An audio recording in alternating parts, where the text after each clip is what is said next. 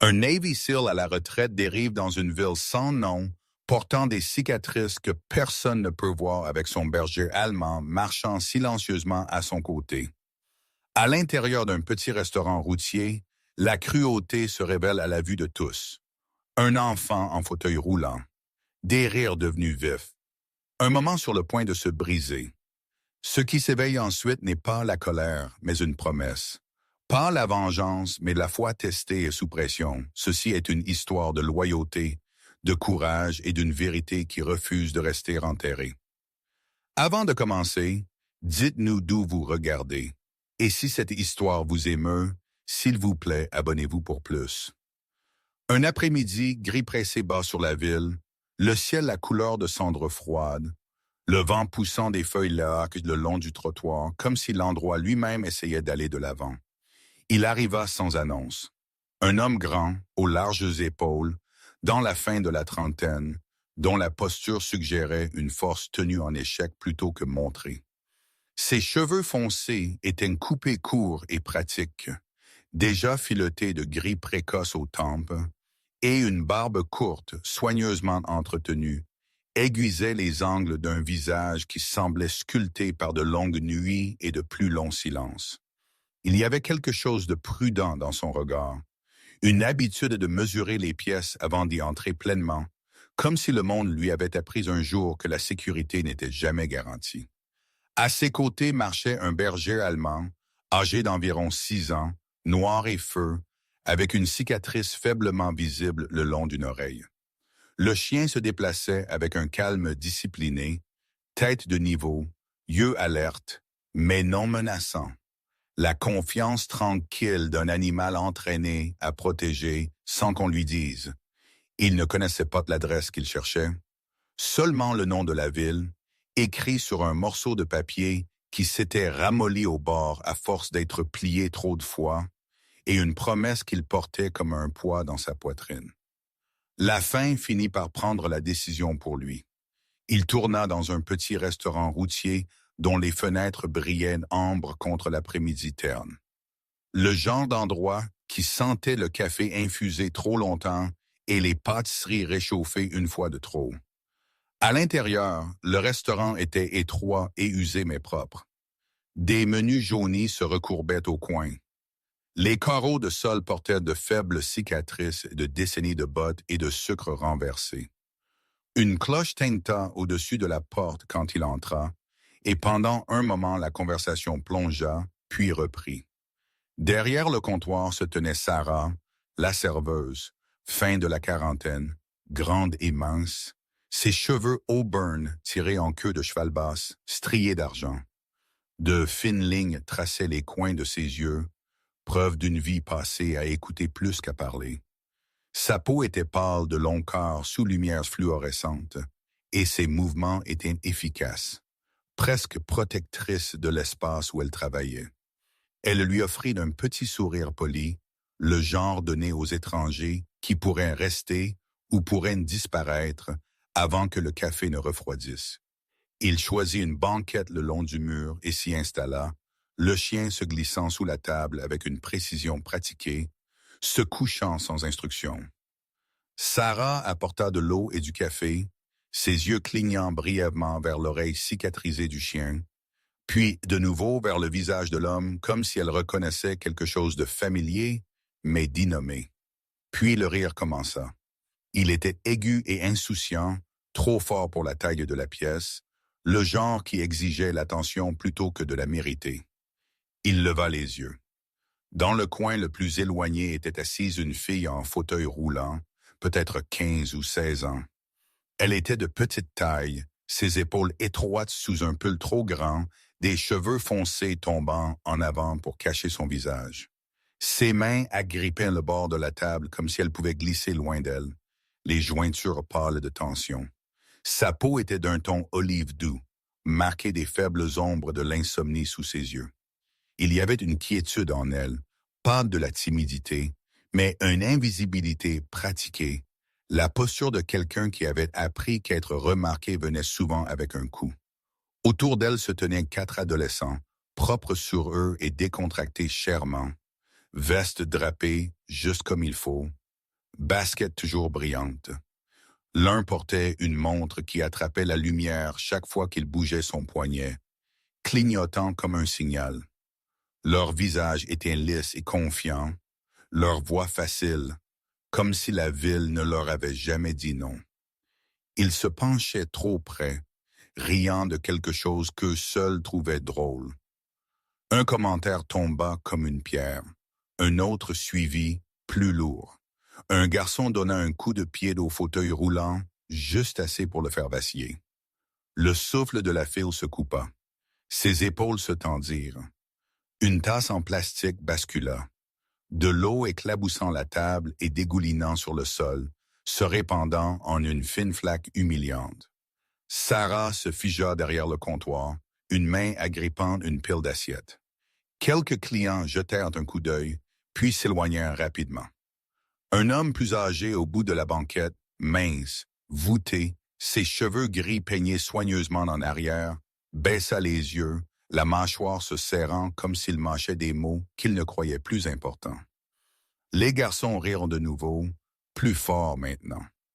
L'un d'eux, plus grand que les autres, s'avança. Il leva la main, pas pressé, pas en colère, mais décontracté, comme si le mouvement lui-même était une blague. La fille recula, les épaules rentrant, les yeux fermés. Son souffle vint rapide et superficiel, chaque inspiration sonnant comme une supplique qu'elle n'avait pas prononcée à voix haute. L'homme à la banquette sentit quelque chose bouger en lui, un serrement qui n'avait rien à voir avec le froid de la pièce. Ses doigts s'immobilisèrent autour de la tasse de café. Sous la table, le corps du chien se tendit, les muscles s'enroulant sans un bruit. Il tourna lentement la tête vers le coin, les yeux se fixant sur la main levée au moment exact où elle planait dans l'air. Et juste au moment où elle commença à descendre, le monde sembla s'arrêter, le restaurant, retenant son souffle, comme s'il attendait de voir si quelqu'un interviendrait enfin dans l'espace entre la cruauté et le silence. La main levée ne descendit jamais. La chaise racla bruyamment le sol alors que l'homme se levait, le son assez aigu pour traverser les rires et faire tourner chaque tête dans le restaurant vers lui. Il ne se pressa pas, il ne cria pas. Il se déplaça avec le contrôle mesuré de quelqu'un qui avait appris il y a longtemps que la vitesse sans but ne menait qu'à des erreurs. Sa taille devint apparente quand il se redressa entièrement, de larges épaules remplissant l'espace étroit entre des tables, sa présence silencieuse mais indéniable. « Assez, dit-il. » Sa voix était basse, stable, pas la voix d'un homme demandant la permission. Elle porta à travers le restaurant comme le glas d'une cloche lointaine, lourd et définitif, la main levée du garçon chancelant en l'air. Pendant une fraction de seconde, la confusion vacilla sur les visages des adolescents, suivie rapidement par des sourires en coin destinés à la cacher. Le berger allemand glissa dessous la banquette et vint se tenir à ses côtés, assez près pour que son flanc frôle sa jambe. Le chien était grand, puissamment bâti, son pelage noir et feu brillant malgré la cicatrice qui pliait le bord d'une oreille. Il n'aboya pas. Il ne montra pas ses dents. Il se tint simplement la tête de niveau, les yeux ambrés fixés sur les garçons avec une intensité calme. Il y avait de la discipline dans l'immobilité de l'animal, la marque indubitable d'un entraînement qui avait jadis exigé une obéissance absolue dans des lieux dangereux. Le plus grand garçon rit, un courson moqueur. Il était mince avec une mâchoire prononcée et des cheveux soigneusement coiffés, la confiance portée comme une seconde veste. « Qu'est-ce que tu vas faire ?» dit-il, fourrant ses mains dans les poches de son manteau coûteux. « Tu es son père ou quelque chose ?» L'homme ne répondit pas. Il fit un pas de plus en avant, se plaçant entièrement entre la fille et le groupe. De là où Sarah se tenait derrière le comptoir, elle pouvait voir ses mains ouvertes, détendues, les doigts légèrement courbés, comme si elles étaient prêtes, mais retenues. Son visage ne montrait aucune colère, seulement un calme froid et concentré qui lui serrait l'estomac. Elle avait déjà vu des hommes en colère. C'était différent. C'était quelqu'un qui avait déjà pris une décision et attendait simplement de voir si elle serait contestée. « Éloignez-vous d'elle, dit-il. » Un des garçons essaya de passer devant lui, l'épaule inclinée en avant dans une tentative à moitié convaincante de dominance. L'homme se déplaça juste assez pour le bloquer, sans toucher, sans pousser, mais rendant le chemin indéniablement fermé. Le garçon trébucha un pas en arrière, surpris, plus embarrassé que blessé. Le chien fit un demi-pas en avant, les ongles claquant doucement contre le carrelage. Toujours pas de son, toujours pas de menace, juste une présence qui disait très clairement « Ne franchissez pas cette ligne ». Le cœur de Sarah battait la chamade tandis qu'elle regardait. Sa queue de cheval Auburn s'était défaite, des mèches de cheveux collant à la peau humide de ses tempes. Elle était grande et mince, son visage long et pâle, des taches de rousseur faibles contre des années de fatigue. Elle voulait dire quelque chose pour aider, mais les mots restaient coincés dans sa gorge. Dans cette ville, prendre la parole venait généralement avec des conséquences. « Allez !» marmonna un autre garçon, jetant un coup d'œil vers la porte. Il était plus petit, plus trapu, sa bravade craquant déjà. « Partons !» Le leader ricana, mais ses yeux papillonnèrent vers le chien de nouveau, puis de nouveau vers le visage de l'homme. Il y avait quelque chose là qu'il n'aimait pas, quelque chose qui ne répondait pas à l'intimidation. « Ce n'est pas fini, dit-il, pointant un doigt. Vous ne savez pas à qui vous vous frottez. Partez, répondit l'homme, c'était tout.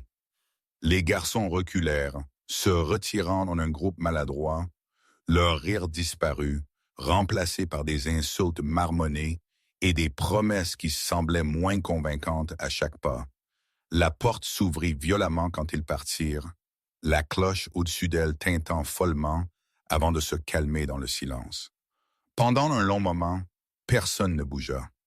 La fille resta figée dans son fauteuil roulant, les épaules toujours courbées, le souffle venant par petites inspirations superficielles. Ses cheveux foncés cachaient la majeure partie de son visage, mais ses mains tremblaient sur ses genoux. L'homme se tourna alors vers Ozil, la dureté s'écoulant de son expression comme si quelqu'un avait actionné un interrupteur. « C'est bon, » dit-il doucement, s'accroupissant de sorte qu'il était à la hauteur de ses yeux. Utilisées, les lignes autour de ses yeux étaient plus visibles, gravées profondément par la tension et les nuits sans sommeil. Ses yeux étaient d'un gris bleu discret, observateur mais doux. Vous êtes en sécurité. Elle hocha la tête une fois, à peine, des larmes s'accrochant à ses cils, mais ne tombant pas. Elle regarda le chien, puis de nouveau l'homme. Le chien se laissa tomber au sol de nouveau, se posant à ses côtés, queue immobile, oreilles détendues. Sarah bougea enfin. Elle attrapa une serviette et se dépêcha autour du comptoir, s'agenouillant pour éponger l'eau renversée. « Je vous apporterai une autre boisson, » dit-elle à la fille. Sa voix douce et inégale. Sur la maison, un homme plus âgé dans la banquette du coin s'éclaircit la gorge. Il était mince et voûté, ses cheveux gris peignés soigneusement en arrière, une veste délavée boutonnée serrée autour d'un cadre qui avait diminué avec l'âge. Ses yeux s'attardèrent sur l'homme et le chien, quelque chose comme de la reconnaissance y scintillant, bien qu'ils ne disent rien. L'homme aida la fille à redresser son fauteuil roulant, s'assurant que les freins étaient bloqués. Son sac revint sur ses genoux. « Êtes-vous blessé ?» demanda-t-il. Elle secoua de nouveau la tête. « Non, » murmura-t-elle. Sa voix était petite mais stable, comme si elle avait appris à la garder ainsi. Dehors, les moteurs vrombissaient et les pneus crissaient alors que les garçons s'éloignaient à toute vitesse. Le son s'attarda comme un avertissement. L'homme se leva, balayant le restaurant du regard, conscient de chaque regard maintenant fixé sur lui. Il sentit le serrement familier dans sa poitrine, la conscience qu'intervenir venait toujours avec des conséquences. Pourtant, il ne le regrettait pas. Il ne l'avait jamais fait, pas quand cela importait. « Vous voudrez peut-être être prudent, » dit Sarah à voix basse en posant le nouveau verre. Il n'aime pas être embarrassé, surtout pas en public. Il rencontra ses yeux et hocha la tête une fois. Merci. Elle hésita, puis ajouta, je suis Sarah. De près, ses yeux étaient d'un brun chaud, doublés d'inquiétude et de gentillesse à parts égales. Il lui fit un bref hochement de tête poli, mais n'offrit pas son nom. Le restaurant revint lentement à un murmure bas, bien que l'atmosphère eût changé. Les gens jetèrent un coup d'œil à la fille, à l'homme, puis détournèrent rapidement les yeux de nouveau, comme s'ils ne savaient pas comment se comporter maintenant que le silence avait été rompu. L'homme plus âgé dans le coin se leva, ajusta sa veste et paya au comptoir, jetant un dernier regard pensif dans leur direction avant de partir. L'homme resta là où il était, debout à côté de la fille, le chien à ses pieds. Il savait que ce moment n'était que le début. Dans des villes comme celle-ci, se tenir entre la cruauté et sa cible ne se terminait jamais proprement. Cela ne faisait que tracer une ligne. Et quelque part, au-delà des murs du restaurant, il pouvait déjà sentir le poids des regards se tournant vers lui.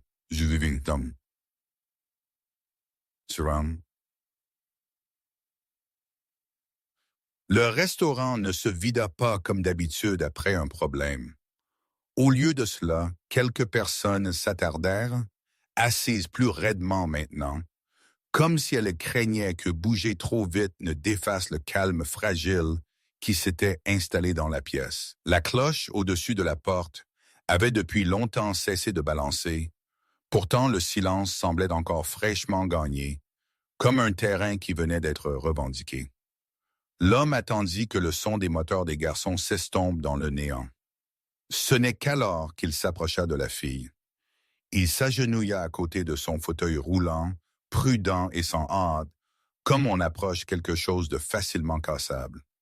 Il redressa l'angle de la chaise, verrouillant les freins, puis se pencha pour récupérer son sac tombé, brossant la poussière de la sangle en toile avant de le replacer doucement sur ses genoux. Le berger allemand se coucha à ses côtés, la tête reposant sur ses pattes. De près, l'âge du chien se montrait plus clairement, gris, filant son museau, les yeux stables plutôt qu'agités. 6 ans, peut-être un peu plus. Un animal qui avait appris la patience à la dure. « Êtes-vous sûr que vous allez bien? » demanda l'homme. La fille hocha la tête, son menton tremblant. Elle déglutit avant de parler. « Je le suis, dit-elle, bien que les mots sonnassent répétés, comme si elle les avait appris par répétition plutôt que par vérité. » Sarah plana à proximité, une serviette serrée dans ses longs doigts. Dans la lumière plus douce de l'après-midi, ses traits semblaient plus doux qu'avant. Yeux fatigués, oui, mais aussi vigilants, protecteurs. Elle avait l'air de quelqu'un qui avait vu beaucoup de petites injustices passer par son restaurant et avait appris lesquelles pouvaient être survécues par le silence. Celle-ci, elle le savait, ne serait pas oubliée. « Avez-vous quelqu'un qui peut venir vous chercher? » demanda l'homme. Son ton était poli, presque hésitant, comme s'il était conscient qu'une aide offerte trop fermement pouvait ressembler à un autre type de mal. « Je peux vous ramener chez vous si vous le souhaitez. » La fille secoua de nouveau la tête. « Mon grand-père, dit-elle doucement, il ne conduit plus beaucoup. » Sarah s'éclaircit la gorge. « Elle vit avec lui, » ajouta-t-elle, s'approchant. « Il est vieux, pas bien. Elle marche généralement ici seule, sa bouche se serra, ou en fauteuil, je suppose. » À l'extrémité du restaurant, l'homme plus âgé qui avait regardé plus tôt bougea sur son siège. Il avait la fin de la soixantaine, grand autrefois, mais maintenant courbé par le temps, ses mains marquées de taches de vieillesse et de faibles cicatrices. Il s'appuya sur une canne en se levant, les articulations craquant en protestation. « Son père est mort, dit-il doucement, pas méchamment, il y a longtemps, et sa mère. » Il secoua la tête et partit, n'a pas dit au revoir. La fille fixa la surface de la table, les doigts pressés à plat contre son bord. L'homme sentit un serrement subtil derrière ses côtes. Il étudia son visage plus attentivement maintenant. La forme de ses yeux, la position de sa bouche, il y avait quelque chose là. Quelque chose de familier d'une manière qui le troublait. « Quel était le nom de votre père? » demanda-t-il doucement. comme s'il testait le poids de la question avant de la laisser tomber. Elle hésita, puis répondit si doucement que Sarah dut se pencher pour entendre. Le nom resta suspendu dans l'air après, lourd et indubitable. L'homme ne bougea pas. Pendant un moment, son expression devint tout à fait immobile, comme une porte se fermant derrière ses yeux. Le restaurant sembla reculer autour de lui, ses sons s'émoussant, ses bords se brouillant. Il s'abaissa sur la banquette opposée, les coudes reposant sur ses genoux, les mains serrées assez fort pour que les jointures pâlissent. « Je le connaissais, dit-il enfin. Chaque tête dans le restaurant se tourna. J'ai servi avec lui, continua l'homme, sa voix mesurée, dépouillée de drame. Il y a 1 an, personne n'interrompit, même le tintement des plats s'était arrêté. C'était censé être une mission propre, dit-il. Entrée et sortie, le genre auquel on ne pense pas après. Son regard tomba brièvement sur le chien à ses pieds, puis se leva de nouveau. Nous avions presque terminé quand l'embuscade a frappé. Elle est venue de nulle part. Il est tombé le premier. Le souffle de la file se coupa. Un petit son aigu qu'elle essaya sans succès d'avaler. Je l'ai atteint. L'homme continua, tint sa main. Il savait qu'il ne se relèverait plus. Sa mâchoire se serra, un éclair de quelque chose de brut passant à travers ses yeux. Il n'avait pas peur. Il s'inquiétait pour vous, de s'assurer que vous iriez bien. Le restaurant sembla se pencher vers l'intérieur comme si les murs eux-mêmes écoutaient. Il m'a demandé de veiller sur sa famille, dit l'homme. C'était la dernière chose qu'il a dite. Des larmes coulaient librement sur les joues de la fille maintenant. Elle ne fit aucune tentative pour les cacher. Sarah couvrit sa bouche d'une main, ses épaules s'affaissant comme si un long souffle retenu s'était enfin échappé. L'homme plus âgé inclina la tête, posant les 2 mains sur le haut de sa canne. Le berger allemand leva la tête, pressant son museau doucement contre le genou de l'homme. Un petit poids d'ancrage. « Votre père était courageux, dit l'homme, rencontrant les yeux de la fille. Pas bruyamment courageux. Pas le genre qui rend les histoires faciles. Le genre qui reste quand ça compte. Il fit une pause. Il ne vous a pas laissé.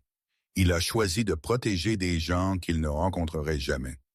Les sanglots de la fille s'adoucirent en respiration calme et tremblante. Elle essuya son visage avec la manche de son pull, puis le regarda de nouveau.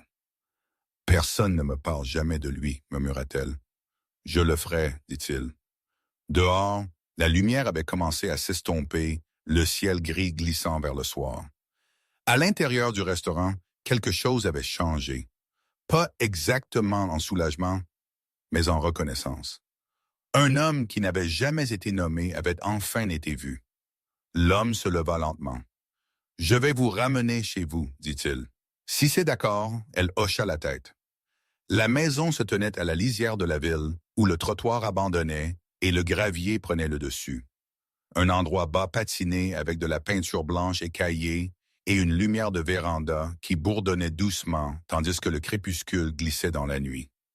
L'homme poussa le fauteuil roulant soigneusement le long de l'allée étroite, conscient des planches inégales, tandis que le berger allemand marchait juste derrière, sans hâte et vigilant, les ongles cliquetant dans un rythme régulier qui ressemblait plus à un réconfort qu'à un son.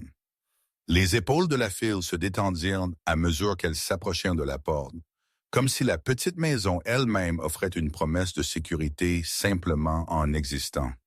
Son grand-père répondit après le 2e coup.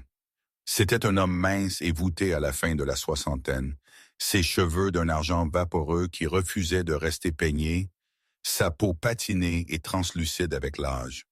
Ses mains tremblaient alors qu'il s'appuyait sur une canne en bois, usée lisse par des années d'utilisation. Quand il vit la fille vivante et inouïe, un souffle qu'il avait retenu toute la journée le quitta enfin. Ses yeux brillaient quand de soulagement et de quelque chose comme des excuses, comme s'il se blâmait pour le monde au-delà du seuil. « Merci, dit-il à l'homme, voix rugueuse et sérieuse. Merci de l'avoir ramené à la maison. » À l'intérieur, la maison était modeste mais rangée, un endroit façonné par l'habitude et la nécessité. Une couverture crochetée reposait pliée sur le dossier du canapé. L'air sentait faiblement le thé bouilli et le policitron. Sur le mur au-dessus d'une étroite cheminée pendait une seule photographie dans un cadre simple, un jeune homme aux yeux doux et un sourire hésitant, vêtu de vêtements civils. Pas de médaille, pas d'uniforme, pas de preuve visible de la vie qu'il avait vécue. L'homme s'arrêta sans s'en rendre compte, son regard fixé sur la photo, la poitrine se serrant d'une douleur familière. « C'est lui », dit le grand-père doucement, suivant ses yeux. Son père.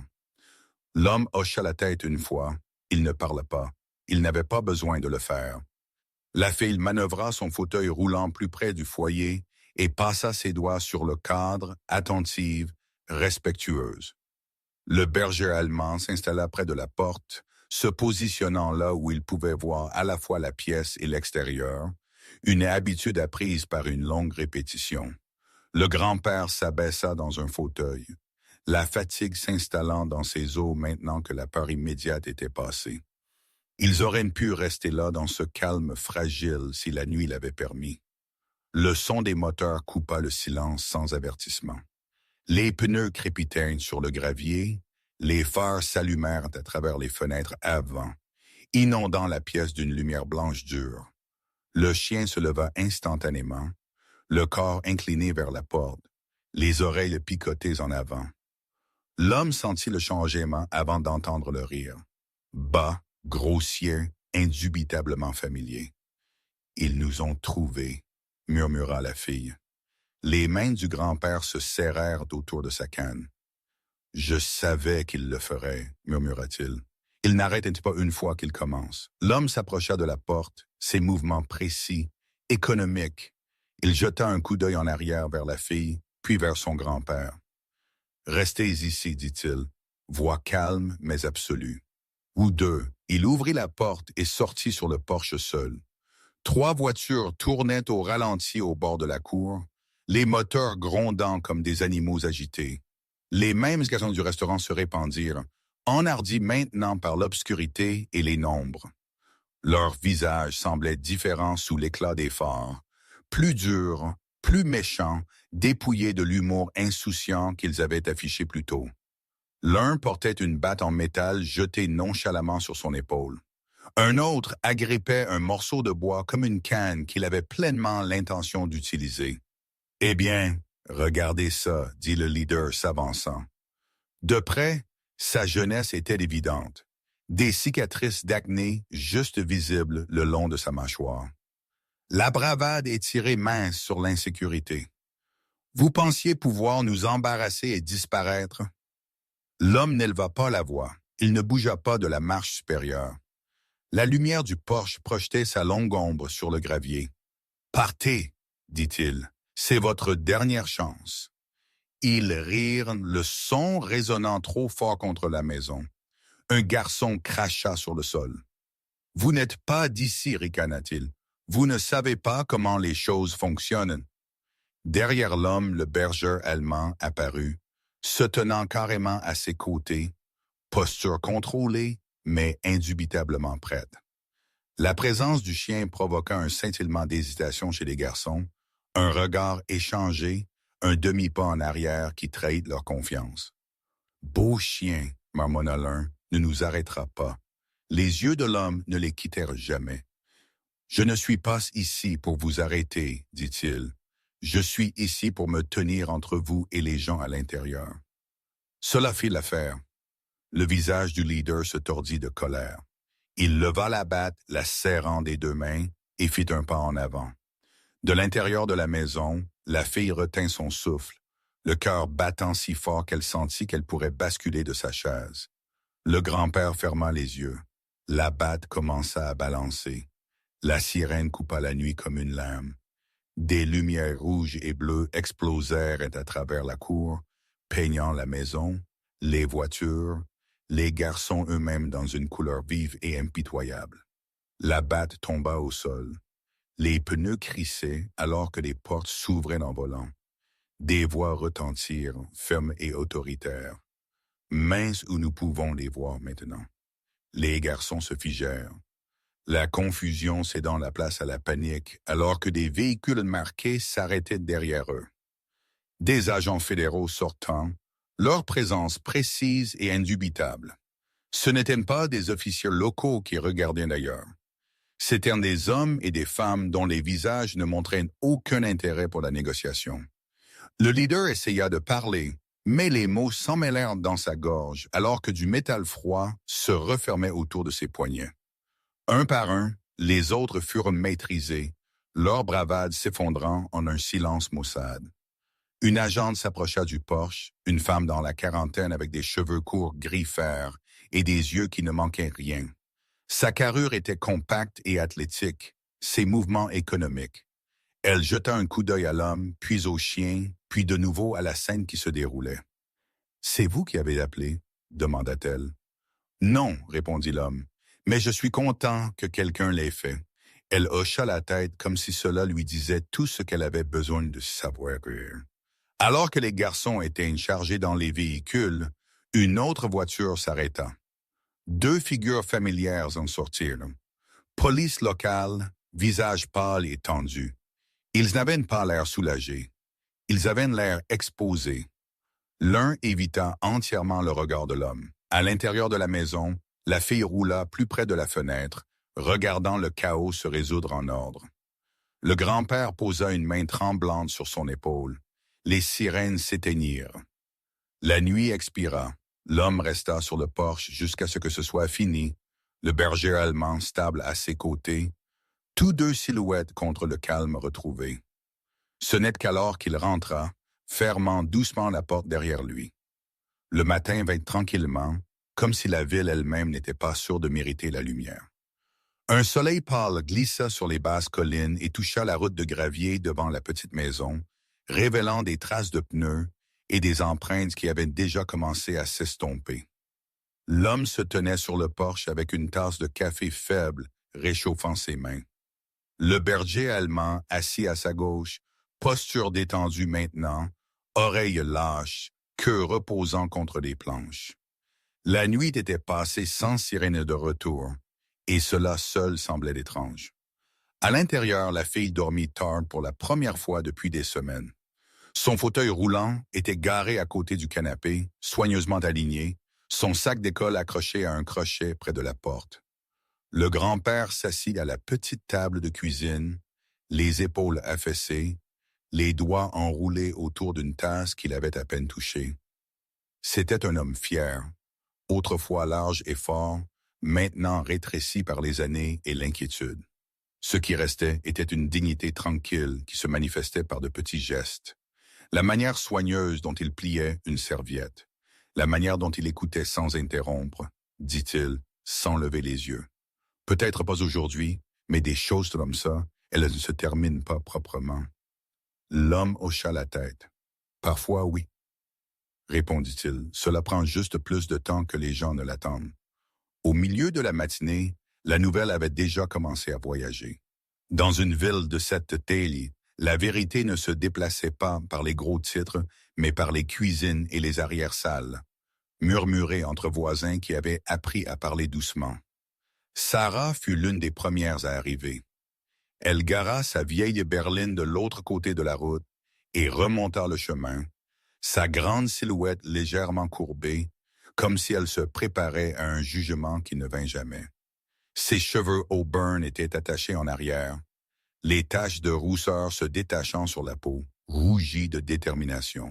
« J'ai vu les lumières la nuit dernière, » dit-elle, les mains jointes. Des lumières fédérales, elle fit une pause, cherchant son visage. Les gens parlent. À l'intérieur de la maison, elle s'agenouilla à la hauteur de la fille, souriant doucement. « Tu as bien fait, chérie, » dit-elle. « Vous tous. » Tout au long de la journée, d'autres visiteurs suivirent. L'homme plus âgé du restaurant arriva avec un sac en papier d'épicerie, sa canne tapant régulièrement contre le sol. Un jeune couple d'à 2 rues s'arrêta, maladroit mais sincère, offrant de l'aide pour des réparations.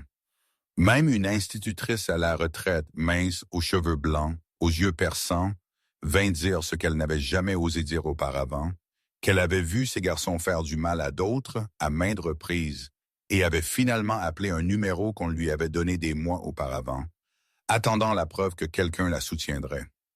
Dans l'après-midi, des véhicules fédéraux revinrent, non avec des sirènes, mais avec un but. La même agente de la nuit précédente sortit, ses cheveux griffés attrapant le soleil. Elle se présenta simplement comme l'agente Miller. Sa voix était calme, sa poignée de main ferme. « Nous collections des plaintes depuis un certain temps, dit-elle. Ce qui s'est passé la nuit dernière a donné aux gens le courage de finir ce qu'ils avaient commencé. Le poste de police local n'échappa pas à la journée. Des portes furent ouvertes, des dossiers furent pris. 2 officiers furent escortés sous le regard des voisins qui avaient jadis traversé la rue pour les éviter. Personne n'acclama. Personne n'eut besoin de le faire. Le silence cette fois portait un poids. L'homme regarda tout cela depuis le porche, le chien couché à ses pieds. Il ne sentit aucun triomphe, seulement un lent soulagement dans sa poitrine, comme si quelque chose noué il y a longtemps s'était enfin desserré. Il parla quand on lui parla, répondit aux questions simplement, ne levant jamais la voix. Quand on lui demanda pourquoi il était resté, il haussa les épaules. « C'était de la bonne chose à faire, dit-il. Rien de plus. » Dans les semaines qui suivirent, le changement prit la forme d'une routine. La fille retourna à l'école, son chemin dégagé, non seulement par des rampes, mais par des regards qui tenaient du respect au lieu de la pitié. L'homme marcha avec elle les premiers matins, le berger allemand trottant à leur côté, la langue pendante dans l'air frais. Les enfants regardaient depuis les porches et les fenêtres, la curiosité remplaçant la peur. Les jours du grand-père devinrent plus faciles. Les documents d'aide furent approuvés avec une rapidité surprenante. Des réparations furent faites à la maison. 2 petites choses, mais significatives. Une nouvelle rampe sur le porche, une serrure qui fonctionnait en douceur. La porte, autrefois laissée déverrouillée par habitude et résignation, se fermait maintenant avec une confiance tranquille. L'homme ne partit pas. Il répara ce qu'il put. Il écouta plus qu'il ne parla. Quand on lui posa des questions sur son passé, il n'offrit que peu. Ce qui importait, croyait-il, était ce qui se tenait devant lui maintenant. Il convertit un vieux cabanon au bord de la propriété en un simple espace d'entraînement. Pas grand, pas poli, mais fonctionnel. Le mot se répandit qu'il travaillait avec des chiens, des sauvetages, des animaux de travail à la retraite, des créatures qui portaient des cicatrices invisibles. Des vétérans y trouvèrent aussi leur chemin, attirés par quelque chose qu'ils ne pouvaient nommer. Le berger allemand devint une vue familière en ville, patient avec les enfants, alerte, mais doux. Les gens apprirent l'âge du chien, presque 7 ans, et la raison de l'oreille cicatrisée, bien que l'histoire ne fût jamais racontée en entier. Il suffisait de savoir que le chien et l'homme avaient survécu. Un après-midi tardif, l'homme conduisit hors de la ville vers un petit cimetière où l'herbe poussait fine et inégale. Il s'arrêta devant une simple pierre tombale, brossa la poussière de sa face et se tint tranquillement. Le vent se déplaçait à travers les arbres, portant le faible parfum de pine et de terre. « Elle est en sécurité, dit-il doucement. Ils savent maintenant. » Le chien s'assit à ses côtés, stable comme toujours. De retour en ville, la vie continua, non pas inchangée, mais altérée de manière qui comptait. Les gens se prenaient la parole plus rapidement. Les enfants apprirent de nouvelles limites. Le silence, autrefois utilisé pour cacher la cruauté, devint quelque chose d'entièrement différent. Une pause avant de choisir ce qui était juste. L'homme retourna à la maison au crépuscule, la lumière du porche brillant chaleureusement contre la nuit qui venait. À l'intérieur, des rires flottaient de la cuisine. La voix de Sarah, celle des filles plus légères maintenant, celle du grand-père basse et contente. Il fit une pause sur le seuil, écoutant, puis entra. La porte se referma derrière lui, non pas avec finalité, mais avec appartenance.